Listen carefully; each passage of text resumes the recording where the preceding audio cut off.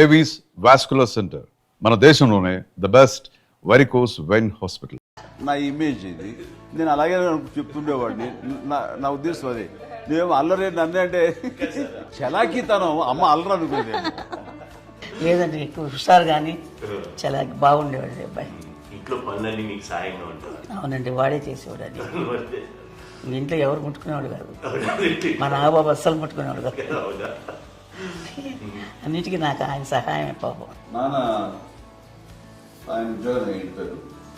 నేను పాక్కుంటూ అలాగా వెళుతూ వెళ్ళిపోయాను. నాకు తెలియదు. తర్వాత అమ్మ చెప్తుంటే లేదుగా మాత్రం కొన్ని కమ్మర్ కోలు ఉంది నాది.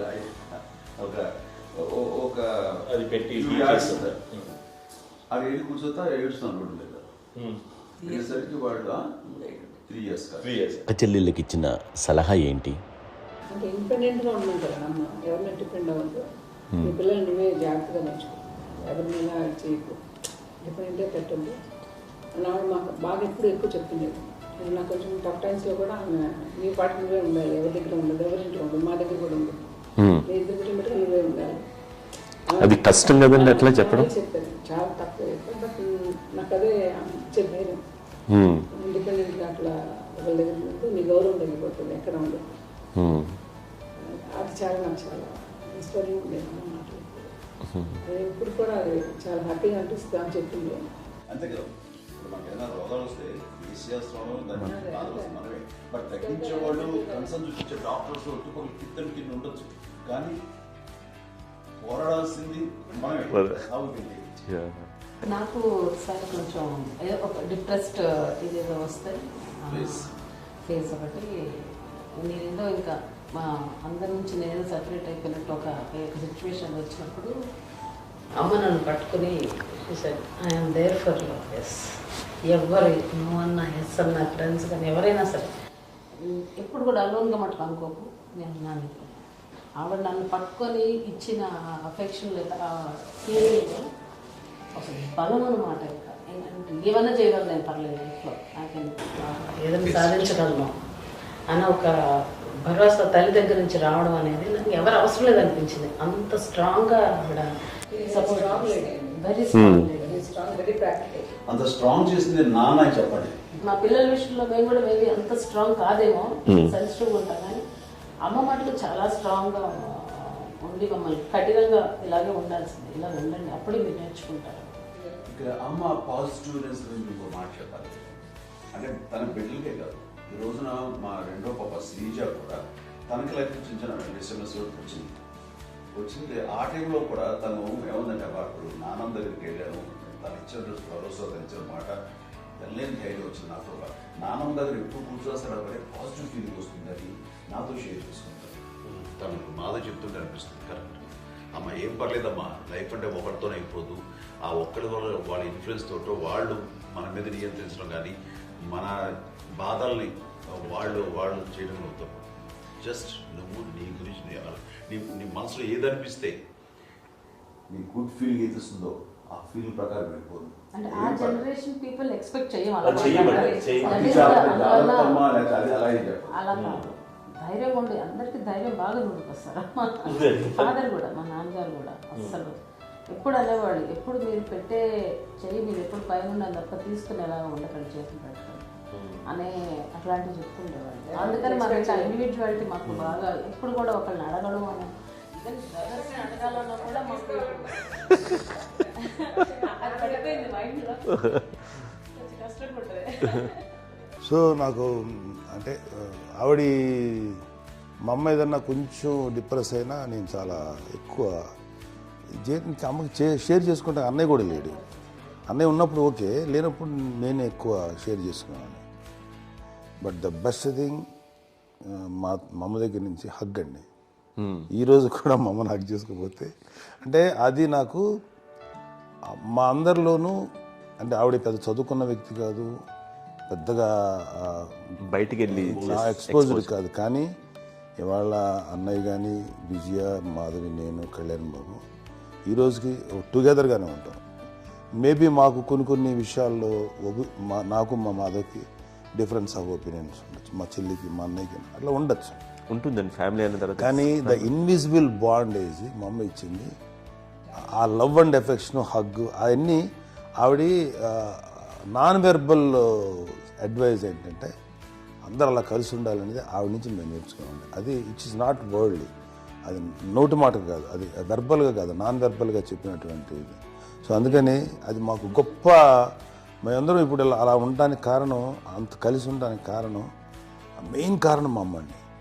అది సో అందరూ ఉండాలనేది మా అమ్మ అడ్వైస్. ఇప్పుడు కూడా నేను ఎప్పుడైనా ఏదైనా ఫీల్ అయినా, అన్నయ్య ఫీల్ అయినా, లేదు నాన్న అట్లా వదుకు, ఇట్లా ఉండండి, ఇట్లా ఉండి, ఇప్పటికీ చెప్తుంది. మేము ఎవరైనా ఎప్పుడైనా మా చెల్లితో గొడవపడ్డా అనుకోండి, నేను అట్లా అనకరా అని, ఎట్లాగా అన్న ఏమో లేదులేమ్మా, ఏదో అన్నాను కానీ ఫీల్ అవ్వకమ్మా, మేమందరం కలిసి, ఆవిడని అసలు టెన్షన్ పెట్టవండి మేము.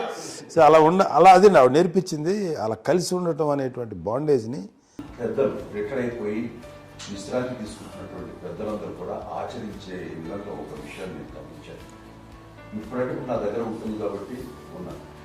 అమ్మ విడిగా ఇంకొక ఇంట్లో ఉండేది, 9 సంవత్సరాలు నాన్నగారు దూరం అయిన దగ్గర నుంచి ఉండేది.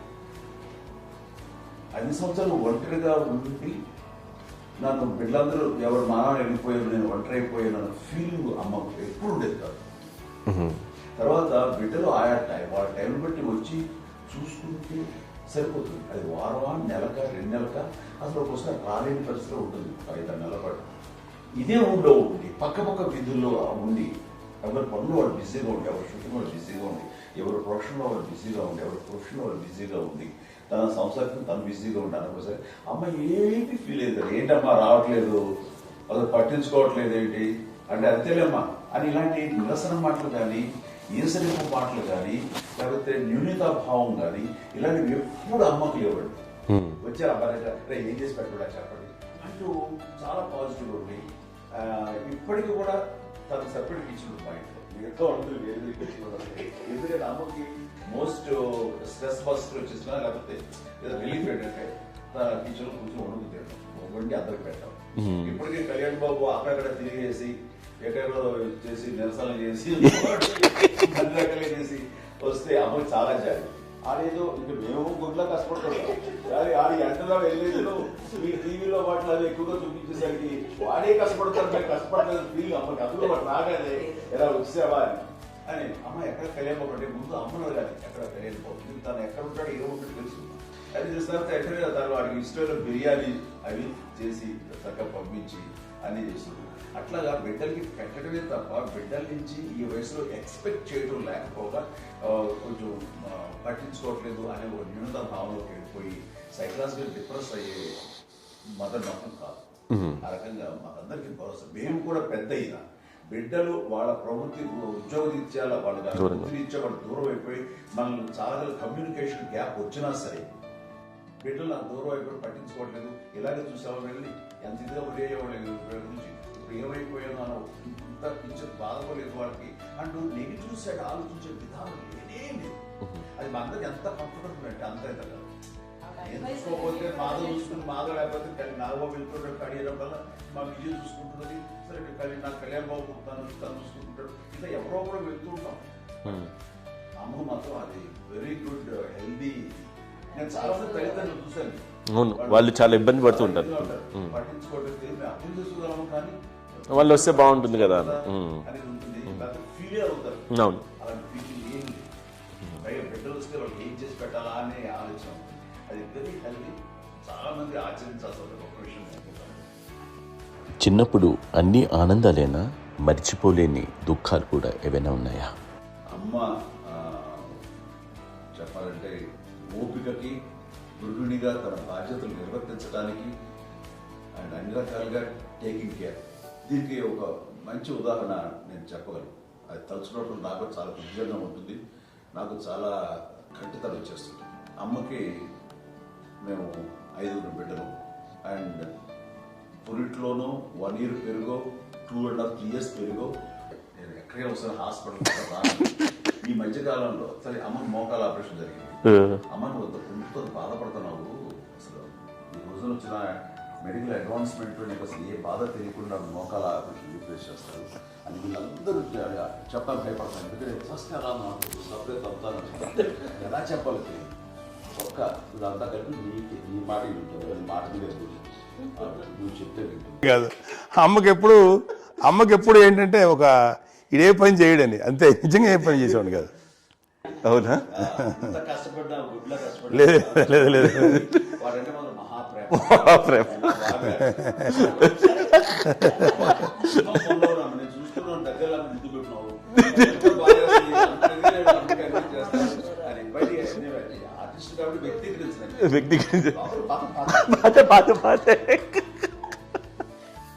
చిన్నది కాబట్టి చివరిది కాబట్టి తనంటే బుద్ధండి, నేను పెద్దోడు కాబట్టి నేను అతనికి ఎక్కువ కష్టపడింది కానీ మా నాన్నగారి చేతిలో ఎక్కువ, అంటే నాన్న బాగా కోపం ఎక్కువ అనుమానించింది కానీ అన్నయ్య పాపం బాగా దొరికేసేవాడు పాపం. ఒకసారి అంటే మరి మాకే అనిపి ఏంటి ఇంత దారుణంగా ఉంది నాన్న మీద కోపం వచ్చేది నాకు. నాన్న మీద కోపం వచ్చేది, నాన్న చేసి బాధ అనిపించేది. అమ్మాయి ఏమనేది కాదు. సరే అయినా సరే ఎప్పుడు కూడా పోనీ అంది చేసినా మళ్ళీ తను హైపర్ యాక్టివ్ అన్నయ్య ఫుల్. ఇప్పుడు ఆపోజిట్.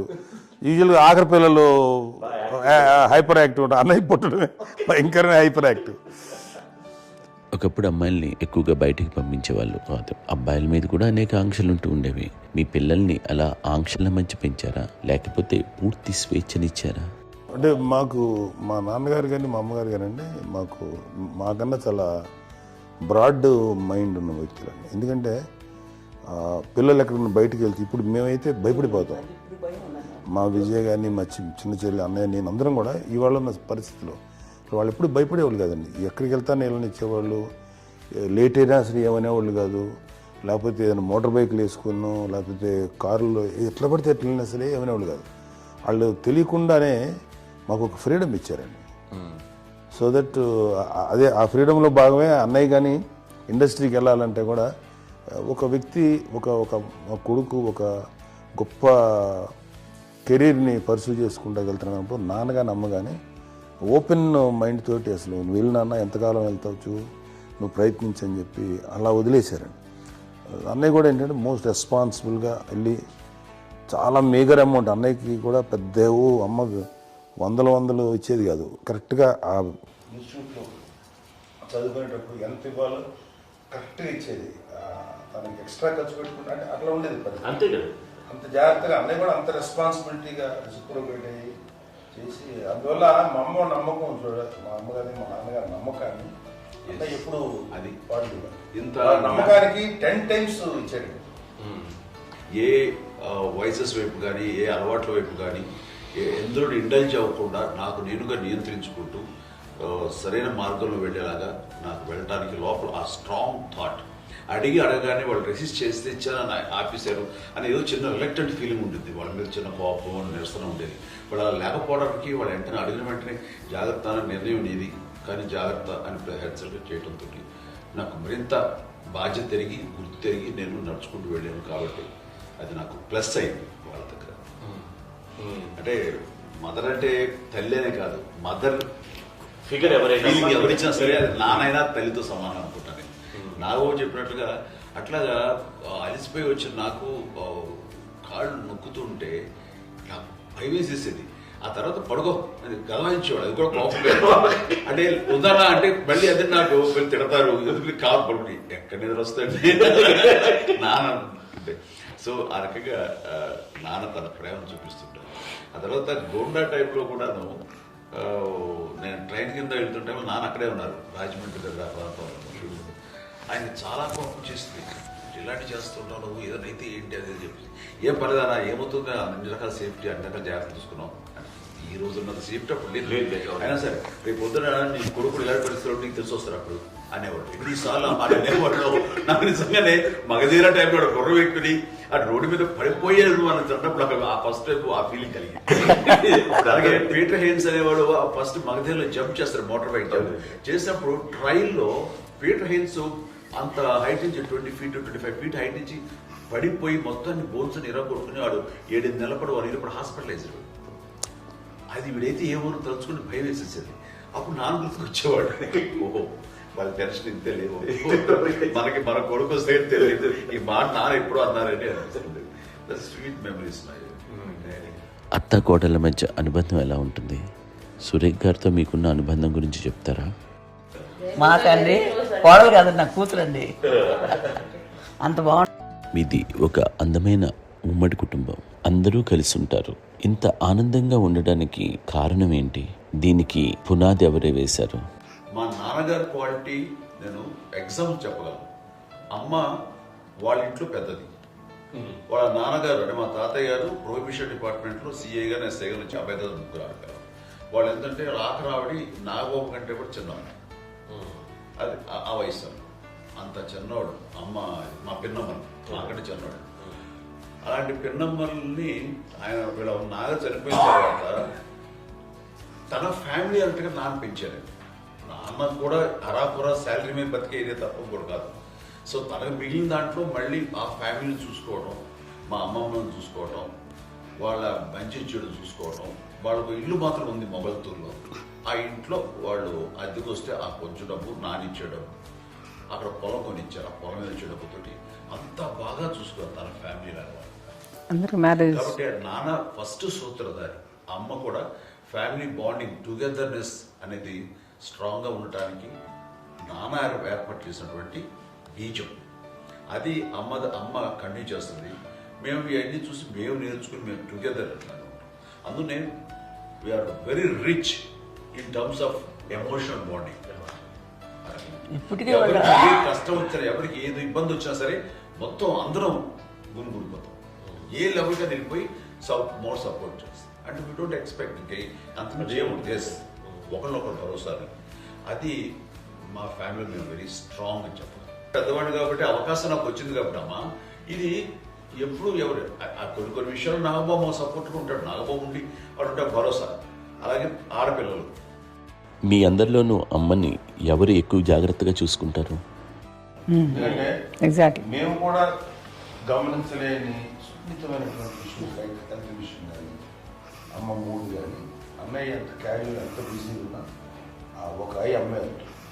అలాగే చాలా చిన్న చిన్న విషయాలు కూడా చాలా మెడికల్ ఇంట్రెస్ట్. అందుకని మాకు అన్నయ్య ఉన్నాడు, అన్నయ్య దగ్గర ఉన్న అమ్మ అంటే ఇంకా ఎక్కువ రిలాక్స్ అయ్యాడు. అన్న దగ్గరికి వచ్చాక మేము అందరం చాలా కంఫర్ట్ అయిపోయాం. ఎప్పుడు ఎవరు కొన్ని విషయాలు నాగబాబు సపోర్ట్గా ఉంటాడు. నాగబాబు ఉండి వాడు ఉంటే భరోసా. అలాగే ఆడపిల్లలు ఇట్లా ఒకరినొకరు కాంప్లిమెంటింగ్ టు ఈచ్ అదర్ అండి. అది ఒక్కరు కాదండి, అది వాళ్ళ నాన్న చూపించే ప్రేమగా నేను చెప్పగలను. కానీ బట్ దీని అందరూ సూత్రధారి నాన్న తర్వాత అది అమ్మ మెయింటైన్ చేస్తారు. ఒకరికి ఇంకొకరు భరోసాగా ఉండేవాళ్ళు. అంటే అందరూ కలిసి సపోర్ట్గా ఇది చేయడం. ఎందుకంటే వీళ్ళ పెద్దనాన్నగారి పిల్లలు కూడా ఆయన చూసేవారు. మా నాన్నగారు అన్నయ్య గారు నాన్నగారు వాళ్ళ బిడ్డలు కూడా వాళ్ళ ఇక్కడే బిడ్డలు కూడా ఉన్నారు. నేనే పెళ్లిళ్ళు చేశాను. వాళ్ళు కూడా అమ్మ ఇచ్చింది ఎన్ని ఆస్తులు వచ్చాయి ఫిజికల్ గా అనే దాని మీద కంటే కూడా ఇవి ఆస్తిగా తీసుకుంటూ నేను విలువ ఎరిగి గుర్తెరిగి దాని ప్రభావం తెలుసుకుని అది కనుక మనం ఇచ్చుపుచ్చుకుంటే ఫ్యామిలీలో అంటే దాన్ని మించినటువంటి మా చెల్లెలు కూడా వస్తే నేను అనుకోవట్లేదు. సురేఖ కూడా ఉంటుందని నేను అనుకోవట్లేదు. అలాంటి గొప్పగా ఇది. అండ్ ఆ రకంగా వెళ్ళి చాలా గొప్ప జన్మ. అమ్మకి చిన్న మానసికంగా చిన్న ఏదో ఒక డిప్రెషన్ అది వచ్చింది. ఏదో నాన్న గుర్తుకొచ్చో, నాన్న లేరనో, అయితే వాళ్ళ అమ్మగారు కూడా అదే టైం చనిపోయారనో, తన దగ్గర ఉంటారు. ఏదో ఉన్నప్పుడు మేము అందరం సపోర్ట్గా ఉండి మా పొలం నా దగ్గర ఉందిగా అని చెప్పేసి అప్పట్లో అమ్మ వేరేగా ఉంటుంది.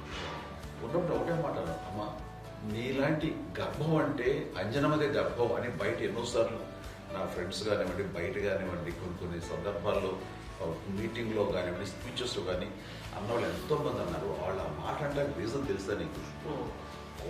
కోటాల్లో ఎంతమంది తల్లులకు నీకు వచ్చిన అదృష్టం, నీకు లభించినటువంటి గౌరవం ఎంత లభిస్తున్నాము. బిడ్డలు ఎంతో మంది చేత కొనియాడబడుతున్నారు, ఎంతో మందికి సహాయపడుతూ ఆ రకంగా వాళ్ళందరి యొక్క ఆశీస్సులు పొందుతున్నారు. కానీ ఎంతో మందికి నిరంతరం హెల్ప్ చేస్తూ వాళ్ళ ఇల్లు చూసుకుంటున్నారు. అవి ఆ భగవంతుడు మీరు చేసిన పూజలో ఉన్న ఆ భగవంతుడు మన నెక్స్ట్ తరాలకు కూడా మనకి ఇలాంటిది వారసత్వంగా ఇస్తూ అదే రకంగా కొనసాగించేలాగా మాకు అదృష్టం ఇచ్చారు. ఇంతమంది ఎవరు మీ నుంచి వచ్చిన వాళ్ళే మీకు ఇది ఎంత గొప్ప గర్భం, ఎంత గొప్ప జన్మ అనేది. అలాంటిది నువ్వు ఇలా అవకమేంటి ఇది హై లెవెల్లో ఉండాలి నీ ఫీలింగ్స్గా నువ్వు కాదు. అంతే నువ్వు ఇలాగా కుంగిపోవడం ఏంటమ్మా చెప్పినప్పుడు ఇది నీది కాదు నాది కాదు, నువ్వు నమ్ముకున్న భగవంతుడు నీకు ఇచ్చింది అనుకుంటావు కదా నువ్వు. ఆ భగవంతుడి కృతజ్ఞత తీర్చుకునే ప్రతిరోజు ఆయన ధ్యానించు, ఆయన పూజలో ఉండు, నీకు ఆయనే ధైర్యం ఇస్తాడు. అంతేగాని నువ్వు నెగిటివ్ సైడ్ ఆలోచించమ్మా. మా అందరికీ పాజిటివ్నెస్ ప్రివైల్ చేసిన దానివి, ఇచ్చిన దానివి, అందించిన దానివి. అలాంటి నువ్వు నెగిటివ్ వైపు వెళ్ళిపోకూడదు అంటే అంతే, మళ్ళీ అటుపక్క ఎప్పుడు గెలలేదు. ఆంజనేయ స్వామి భక్తి ఆయనలో ప్రవేశపెట్టి చెప్పాలంటే ఆయనకి నేనే నేను నమ్మిన దేవుడు ఇంట్లో నేనే ఇంట్రడ్యూస్ చేశాను. నానంత ప్రగాఢంగా నమ్మి ఆయన దానివల్ల లబ్ధి పొందారు. ఆయన అందులో మమ్మల్ని మించిపోయిన స్టేజ్కి వెళ్ళిపోయారు. ఆయనతోటి ఆంజనేయ స్వామితో ఇంటరాక్ట్ అవుతూ అట్లా ఆయన నన్ను నమ్ముకుంటుంది. ఆయన నానంటారు అంతా నా గురువు, నా పెద్ద కొడుకే, పెద్దోడే. గురువు